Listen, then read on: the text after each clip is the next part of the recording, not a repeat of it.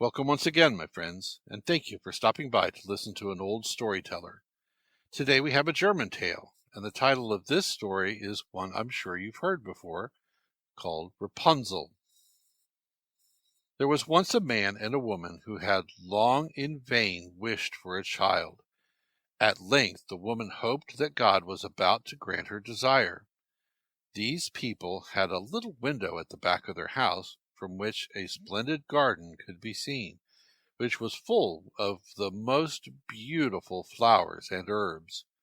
It was, however, surrounded by a high wall, and no one dared go into it because it belonged to an enchantress who had great power and was dreaded by all the world.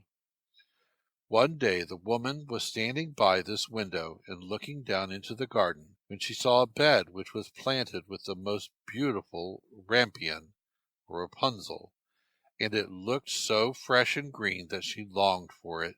She quite pined away, and began to look pale and miserable. Then her husband was alarmed, and asked, "What ails you, dear wife?" "Ah," she replied, "if I can't eat some of the rampion which is in the garden behind our house, I shall die." The man, who loved her, thought, "Sooner than let your wife die, bring her some of the rampion yourself, let it cost what it will." At twilight he clambered down over the wall into the garden of the enchantress, hastily clutched a handful of rampion, and took it to his wife. She at once made herself a salad of it, and ate it greedily. It tasted so good to her, so very good, that the next day she longed for it 3 times as much as before. If he was to have any rest, her husband must once more descend into the garden.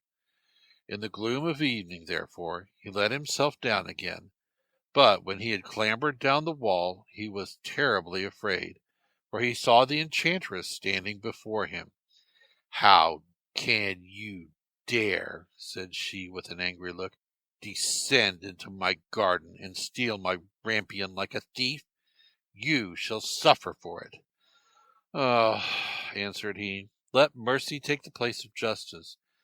I only made up my mind to do it out of necessity. My wife saw your rampion from the window, and felt such a longing for it that she would have died if she had not got some to eat."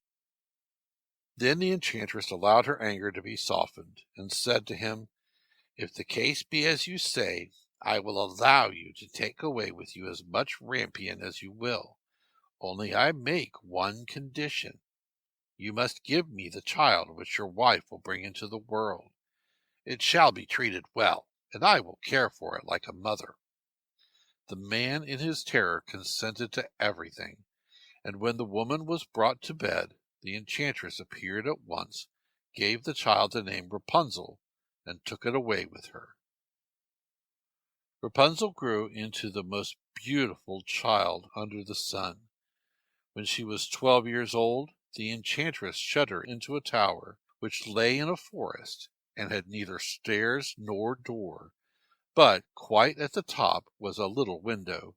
When the enchantress wanted to go in, she placed herself beneath it and cried, "Rapunzel, Rapunzel, let down your hair to me." Rapunzel had magnificent long hair, fine as spun gold, and when she heard the voice of the enchantress, she unfastened her braided tresses, wound them round one of the hooks of the window above, and then the hair fell 20 ells down, and the enchantress climbed up by it. After a year or two, it came to pass that the king's son rode through the forest and passed by the tower.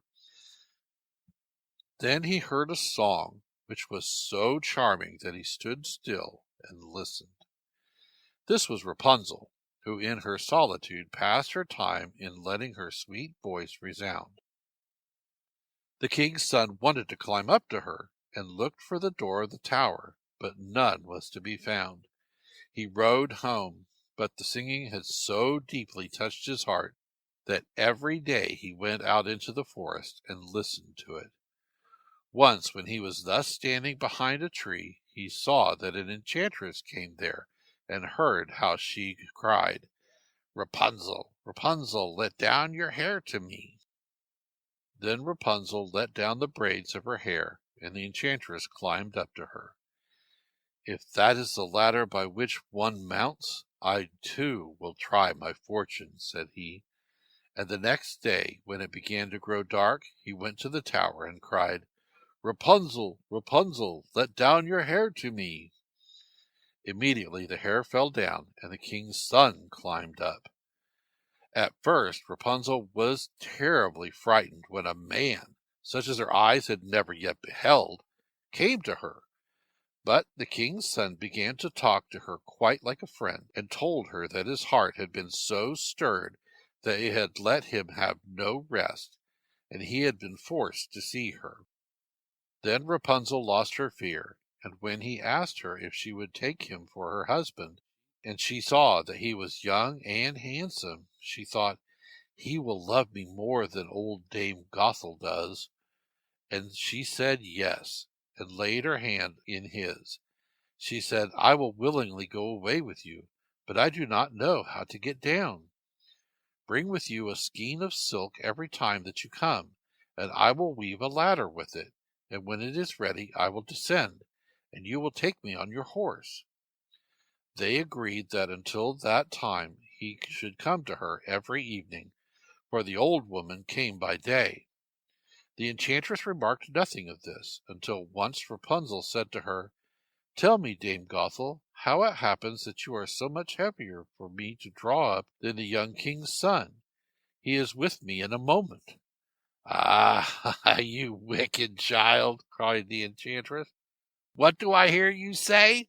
I thought I had separated you from all the world, and yet you have deceived me."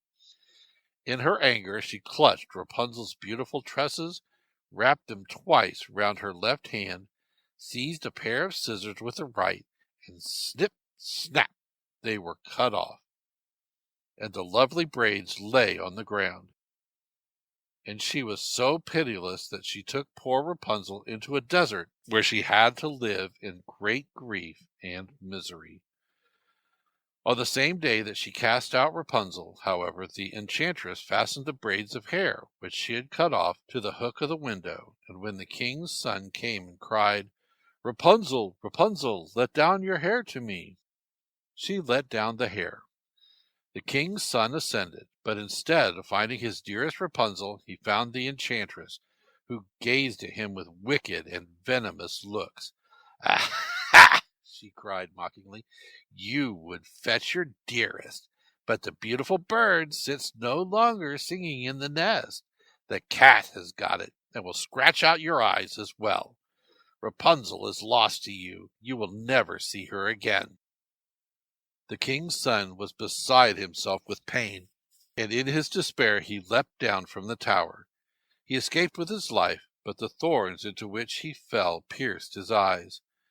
Then he wandered quite blind about the forest, and ate nothing but roots and berries, and did naught but lament and weep over the loss of his dearest wife. Then he roamed about in misery for some years, and at length came to the desert where Rapunzel, with the twins to which she had given birth, a boy and a girl, lived in wretchedness.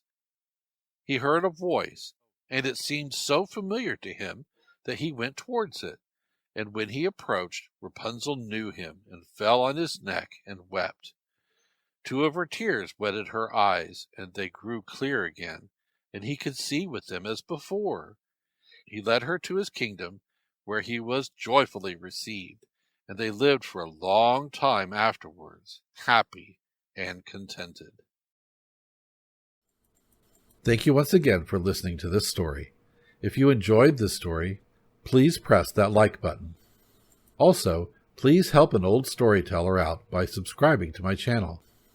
The next story will be posted in a few days, so until then, may your story continue to be a good one.